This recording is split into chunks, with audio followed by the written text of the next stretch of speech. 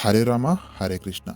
ఈ భాగంలో మనం వనవాసంలో ఉన్న పాండవుల దగ్గరికి బలరాముడు, కృష్ణుడు, సాత్వకి రావటం, అలాగే పాండవుల కష్టసుఖాలను మాట్లాడుకోవటం గురించి తెలుసుకుందాము.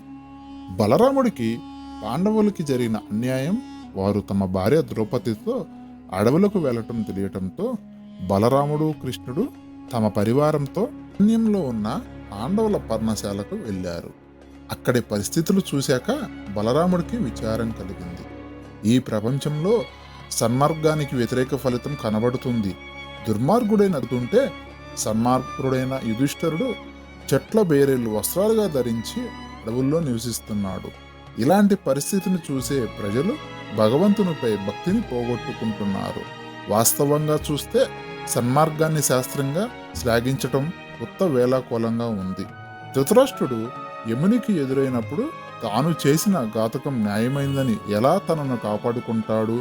యజ్ఞాగ్నిహోత్రంలో జన్మించిన ద్రౌపది సహా ఏ దోషము ఎరగని పాండవులు ఇలా అరణ్యంలో నివసించడం చూసి కొండలు భూమి కూడా దుఃఖిస్తున్నాయి అని అన్నాడు బలరాముడు కృష్ణుడితో.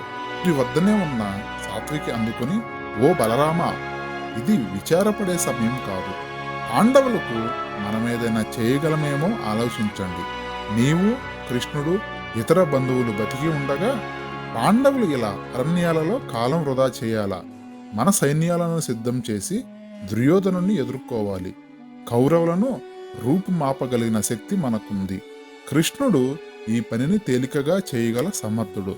గొప్ప విలుకాడని డంబాలు పలికి కర్ణుణ్ణి జయించి అతన్ని చంపాలని నాకు కోరికగా ఉంది. యుద్ధంలో దుర్యోధనుని, వారి పరివారాన్ని చంపి రాజ్యాన్ని వశపరుచుకోవాలి. ప్రతిజ్ఞ చేసి మాట నిలుపుకుందాం. అడవుల్లోనే ఉంటామని పాండవులు అంటే అభిమన్యుని ఇచ్చివేద్దాం. ఈ ప్రకారం చేయటం వారికి మంచిది, మన పౌరుషానికి తగినట్లుగా ఉంటుంది. సాత్వికి మాటలు జాగ్రత్తగా విన్న కృష్ణుడు, నీవు చెప్పింది వాస్తవం, కానీ పాండవులు ఇతరుల ద్వారా జయించిన రాజ్యాన్ని తీసుకోరు. వారు స్వయంగా జయిస్తేనే తీసుకుంటారు. అదీగాక పౌరుష వంశజాతి మని ద్రౌపది ఈ సలహాను ఏమాత్రం అంగీకరించదు. యుధిష్ఠరుడికి ప్రేమతో చెప్పినా భయపెట్టినా తన ధర్మాన్ని వీడడు. పాండవులు అరణ్య అజ్ఞాతవాస జీవితాలు పూర్తయిన తర్వాత పాంచాల, కేకయి, బేదిరాజులను మనం మన సైన్యాన్ని ఏకం చేసి శత్రువులను జయించి పాండవులకు సాయం చేద్దాం అని అన్నాడు. ఈ మాటలు విన్న యుధిష్ఠరుడు ఎంతో సంతోషించాడు. శ్రీకృష్ణుడికి నా మనసు తెలుసు, సత్యం, అధికారం సంపద కంటే గొప్పది కనుక రాజ్యం కంటే వాటినే ఎన్ని కష్టాలైనా ఎదుర్కొని కాపాడాలి. అతడెప్పుడు యుద్ధం చేయమంటే అప్పుడే అందుకు సిద్ధంగా ఉంటాను. సకాలంలో మనమందరం తప్పకుండా కలుద్దాము. వృష్టి వీరులంతా వారి స్థానాలకు వెళ్ళొచ్చు అన్నాడు యుధిష్ఠిరుడు. అలా అందరికీ వీడ్కోలు పలికాడు. అర్జునుడు ఇంకా హిమాలయ ప్రాంతాల్లోనే ఉండటం వల్ల భీముడు ఎంతో ఆవేదన చెందుతున్నాడు. తొందరపాటును భరించలేకపోతున్నాడు. భీముడు యుధిష్ఠిరుడితో, మన అందరి ప్రాణాలు అర్జునుడిపై ఆధారపడి ఉన్నాయనే విషయం నీకు తెలుసు. అతడు హిమాలయాలకు వెళ్ళి చాలా కాలం అయినది. అతడి విషయమై వార్తలేమీ మనకు తెలియలేదు.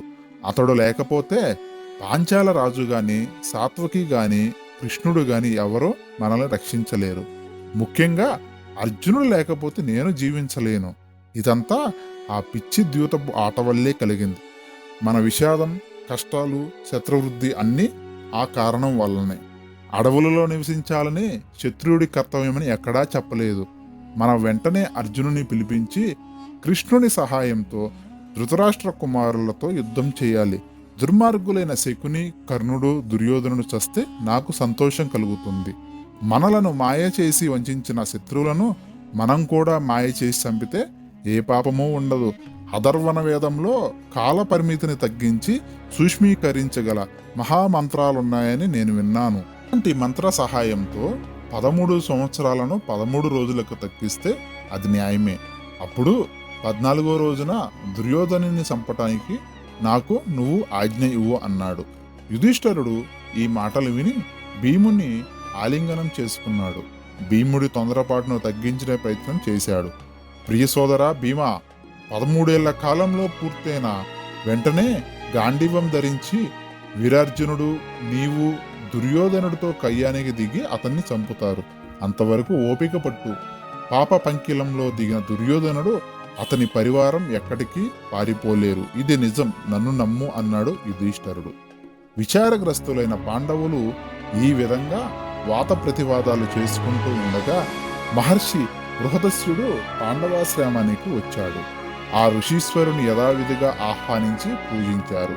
కొంత సేవైన తరువాత ఋషితో యుధిష్ఠిరుడు, ఋషోత్తమా, దగాకోరులైన మా శత్రువులు యూతంలోకి మమ్మల్ని లాగి మా రాజ్యాన్ని సంపత్తిని మోసం చేసి తీసుకొని వీరులైన నా తమ్ముళ్లను పాంచాలని నన్ను కూడా అడవులకు తరిమారు. అర్జునుడు దివ్యాస్త్ర సంపాదనకి వెళ్ళి చాలా కాలమైంది, ఇంకా రాలేదు. అతడు మాతో లేకపోవడంతో మాకు చాలా విచారంగా ఉంది. అతడు దివ్యాస్త్రం పొంది వస్తాడా? ఎప్పుడొస్తాడు? నిశ్చయంగా నేను అనుభవిస్తున్న విషాదాన్ని మీరెవరూ అనుభవించకూడదు అని అన్నాడు. దానికి ఋషి బృహదస్వరుడు సమాధానమిస్తూ, యుధిష్ఠిరా, నీవు ఎప్పుడు విచారంలో మునిగిపోవద్దు. అర్జునుడు దివ్యాస్త్రాన్ని సంపాదించి వస్తాడు. తరుణం వచ్చినప్పుడు నీవు శత్రువులను తప్పగా జయించగలవు. నీలాగా విషాదంలో ఉన్నవారు ఈ ప్రపంచంలోనే లేరు అంటున్నావు. అదలా కాదు. కంటితో చూసి చెవితో విన్నదాని కంటే మనసును తాకితే దాని తీవ్రత అధికంగా ఉంటుంది. దుఃఖంతో నిరసించిన ప్రతివాడు విషాదంలో మునిగానని అంటాడు. నిషాధిపతి అయిన నలచక్రవర్తి గురించి విన్నావా? అతడు అడవిలో ఉండి నీకంటే ఎక్కువ విషాదాన్ని అనుభవించాడు. యువతంలో అతన్ని పుష్కరుడు వచించాడు. తన రాజ్యాన్ని ఐశ్వర్యాన్ని కోల్పోయి అడవులకు పోవలసి వచ్చింది. నీకంటే అతడు దురదృష్టవంతుడు. అతడు నీలా అన్నదమ్ములతోనూ బ్రాహ్మణులతోనూ కలిసి అడవిలో ఉండలేదు. కలిపురుషుడు అనగా కలియుగ కాలానికి అధిపతి ప్రాబల్యంతో నలుడి బుద్ధి మంచి చెడ్డల తారతమ్యాన్ని పోగొట్టుకున్నాడు. తానేమి చేస్తున్నాడో తెలియక తనను అనుసరించిన భార్యను అడవుల్లో విడిచిపెట్టి తానొక్కడే పిచ్చెక్కిన వాడిలా అడవుల్లో తిరుగుతున్నాడు. ఇప్పటి నీ అవస్థకు అప్పటి నలుడి అవస్థకు తారతమ్యం చూడు. వీరులైన తమ్ముళ్ళు, ప్రేయసి అయిన భార్య సమక్షంలో నీవున్నావు. అదీగాక నీ కష్టదశలో జ్ఞానులైన బ్రాహ్మణుల ఉపదేశాలతో కష్టాలను ఓర్చుకునే శక్తివంతుడు అవుతున్నావు. నీ విజ్ఞానం చెదరలేదు. తాను బాధపడుతున్నానని అనుకోవటం సహజం, కానీ నిజంగా నీ అంత విషాదంలో లేవు. ఓ పాండవులారా, మీరు అనుభవించే దుఃఖానికంటే చాలా హృదయ విదారకరమైన దుఃఖంతో రాచి రంపాన పెట్టిన వాటన్నింటినీ భరించి చివరికి వాటిని జయించి నలుడు జీవితాంతం వరకు సౌఖ్యంగా ఉన్నాడు. మీ అందరికీ నిష్కలంకమైన జ్ఞానం ఉంది. మీకు ప్రేమాస్పదులైన వారి సహవాసం ఉంది. చాలా కాలం మీరు ధర్మశాస్త్ర చర్చల్లోనూ వేదాంగ సారంగతులైన బ్రాహ్మణులతోనూ పవిత్ర సంభాషణలతోనూ కాలాన్ని గడుపుతుంటారు. కనుక మీకు సంభవించిన కష్టాలు ధైర్యంతో స్వీకరించండి. కష్టాలనేవి మనుషులకు రాక తప్పదు కదా. అందుకే మీకు వచ్చినవి వింత కాదు. ఈ ప్రకారం బృహదస్సుడు నలోపాఖ్యానాన్ని తావోపశమంగా చెప్పాడు.